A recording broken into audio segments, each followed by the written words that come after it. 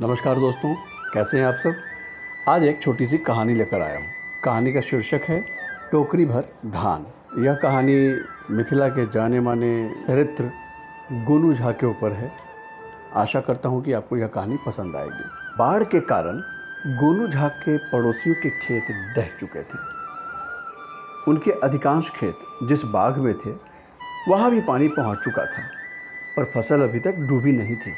गोनू झा नदी के किनारे खड़े होकर विनती करने लगे, हे कमला मैया, मेरे खेतों को बचा लीजिए और शीघ्र वापस चली जाइए। यदि ऐसा हुआ तो मैं 108 रक्तधारी जीवों की बलि दूंगा। संयोगवश पानी घटने लगा और खेत बच गए। थोड़ा बहुत पानी खेतों में रह जाने के कारण धान की फसल के लिए वह वरदान ही सिद्ध हुआ। वर्षों बाद अच्छी फसल हाथ लगी थी। उस खुशी में उन्हें मनौती का ध्यान नहीं रहा। एक दिन पत्नी ने उलाहना देते हुए कहा, सुनो जी, कमला मैया ने फसल तो हाथ उलीच कर दी और आप मनौती भी भूलते जा रहे हैं। मनौती का स्मरण आते ही गोनू झा चिंतित हो उठे।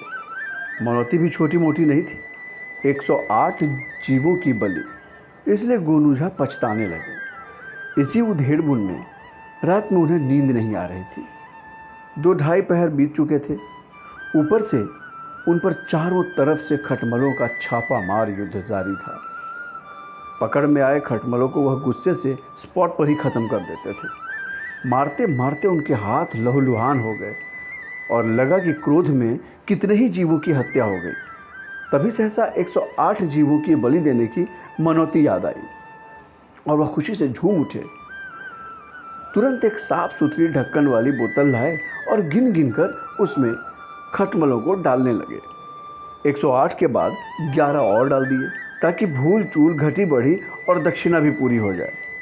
सुबह नहा धोकर और उस बोतल पर फूल माला चढ़ाकर कमला मैया को मनौती स्मरण कराया, फिर उसे जल में विसर्जित कर दिया। बोतल कुशन तैरती रही, फिर डूब गई। उन्होंने राहत की सांस ली कि माता कमलेश्वरी ने मनौती को स्वीकार कर ली। गोनू झा प्रसन्नतापूर्वक घर लौटे। माता कमलेश्वरी से उऋण होने की बात उन्होंने पत्नी को बताई।